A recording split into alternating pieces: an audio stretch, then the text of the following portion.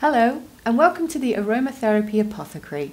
I'm Nicola Salter, and I'm delighted to be with you today to show you how you can use essential oils at home and make blends for you and your family.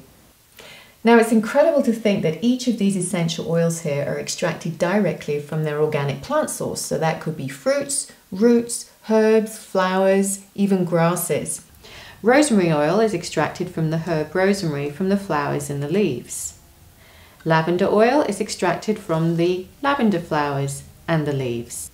Now, it takes thousands of tons of plant material to produce tiny amounts of essential oil. So take lavender, for example. We take the lavender flowers and the leaves and we put them in a huge distillation unit. Steam is then forced into the chamber, and as the steam passes through the plant material, it ruptures the tiny secretory sacs that hold the essential oils and frees the oils into the steam. The steam is then cooled and the steam evaporates and the oil and water separate. The floral water left over is called a hydrolat, and it's often reused for further steam distillations or for skincare and fragrances, as well as hydrosols.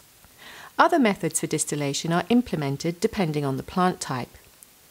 It takes 225 pounds of lavender plants to produce just 2 cups of lavender oil. The essential oils are bottled and tested using gas chromatography to measure the quality and therapeutic compounds found in the oils. These compounds scientifically show us how an essential oil may have an impact on our health. Worldwide scientific research is showing us how the naturally occurring compounds found in all essential oils may have dramatic curative effects.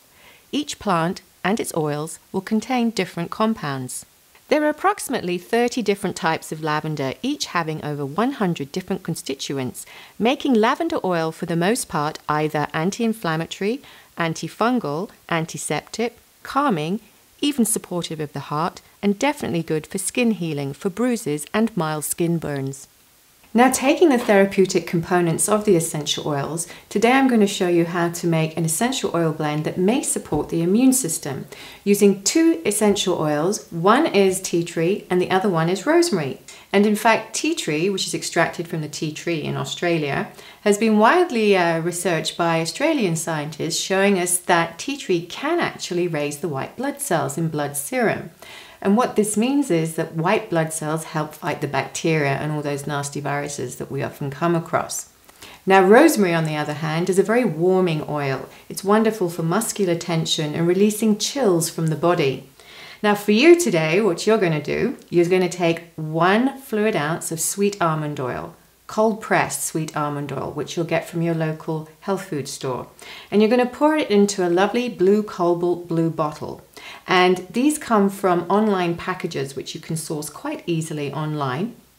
And you're going to take 9 drops of tea tree and pour this slowly into the sweet almond oil blend. Okay, only 9 drops. You can build the blend up as you go, but it's important that you like the fragrance as you're creating it and that it's not too strong or overpowering. The second oil will be the rosemary oil, and we're going to put 5 drops of rosemary into the mix. Okay. Make sure you put the caps back on tightly onto the oil so that you don't spill anything. And then you're going to just gently shake the bottle like so, and you've created yourself a luxurious massage oil that you can use for the shower or pour a capful into the bath. Let me just smell it to make sure I like it. Yeah, to me that's quite strong and pungent. Don't add any more than 5 drops of each to this size blend. Now, if you prefer bath salts, what you can do is take 1 pound of Epsom salts, pour them into a dish that's allocated primarily for blending. Make sure you don't use it for cooking because cross-contamination can take place. And you're going to add 8 drops of tea tree to the salt. And then you're going to add 4 drops of rosemary to the salt. There you go. And all you do is give it a nice stir round. And you might see these salts getting a little bit lumpy. Not to worry, because the salt will absorb the oil. Nicely mixed in. And then all you do is simply pour the salts back into the jar, ready for your bath. Now, If you have swollen lymph glands and you've been to the doctor and the doctor's given you a diagnosis and he's happy with you to use tea tree oil, you can take the tea tree and basically put 1 drop on each finger and simply apply the tea tree to the lymph gland, all around the lymph gland, just there, and to the other lymph gland there. And this may help to reduce the swelling in the lymph glands. And you do this every 1 hour, 30 minutes throughout the day until you see an improvement. But only do this if your doctor's given you permission to do so. One thing I should mention very clearly here, if you have high blood pressure, don't use rosemary. Rosemary is contraindicated for people with high blood pressure because it can raise blood pressure. So instead of using rosemary, try eucalyptus instead. Now, rosemary is also a great memory aid, as well as being very warming to the body. When we smell it, it can help create better focus and clarity for us. And a great way of creating this in your environment is to make a blend in a spray, in a mister bottle, just like this. This is a 4-ounce mister bottle, or 100 mils if you like. And you're going to fill it with distilled water. Don't use tap water because it has too many chemicals in it. And you're going to add 15 drops of rosemary to the water. Okay, 15 drops. And then you're going to add lemon to this. Lemon is also known to be a memory enhancer, triggers different neurochemicals from the brain to help us to stay clear and focused. And for the lemon, you're going to add about 10 drops of lemon to this blend.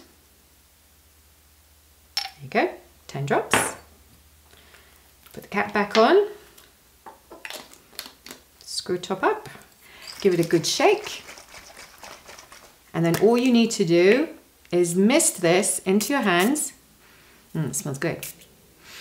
And then mist it around your head and into the air, and it will help you when you're studying, if you need to stay up late while you're working, and will help you stay clear and focused and retain more information. So that's rosemary and lemon for clarity and focus.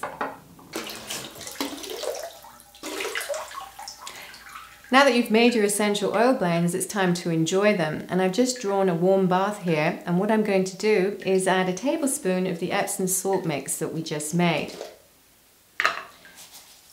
Now you'll notice the water isn't running anymore, and that's because we get the most benefit from the oils when we put them directly into the water and get straight into the bath immediately. This means that the essential oils won't vaporize too quickly, and we'll be able to inhale the lovely herbal essences which will help clear the lungs, clear our breathing, and relax us. Now, the other way of using the essential oil bath mix that we made with the sweet almond oil was to put a cap of the oil blend into the water again, and then swirl the oil around in the water, just breaking up the massage oil, and you'll notice it'll break up into smaller particles. Now, having a bath and using essential oils is the best way of getting essential oils into your system and possibly absorbing the oils into your bloodstream. Because as you sit in the bath, of course, all your pores open, and when your skin is warm, that's when we absorb most from our products. So once you've applied the oils to the water, just sit and relax, enjoy yourself for about 10 minutes before getting out and then jumping into bed afterwards. Well, that's it for today. Thank you for watching. See you next time.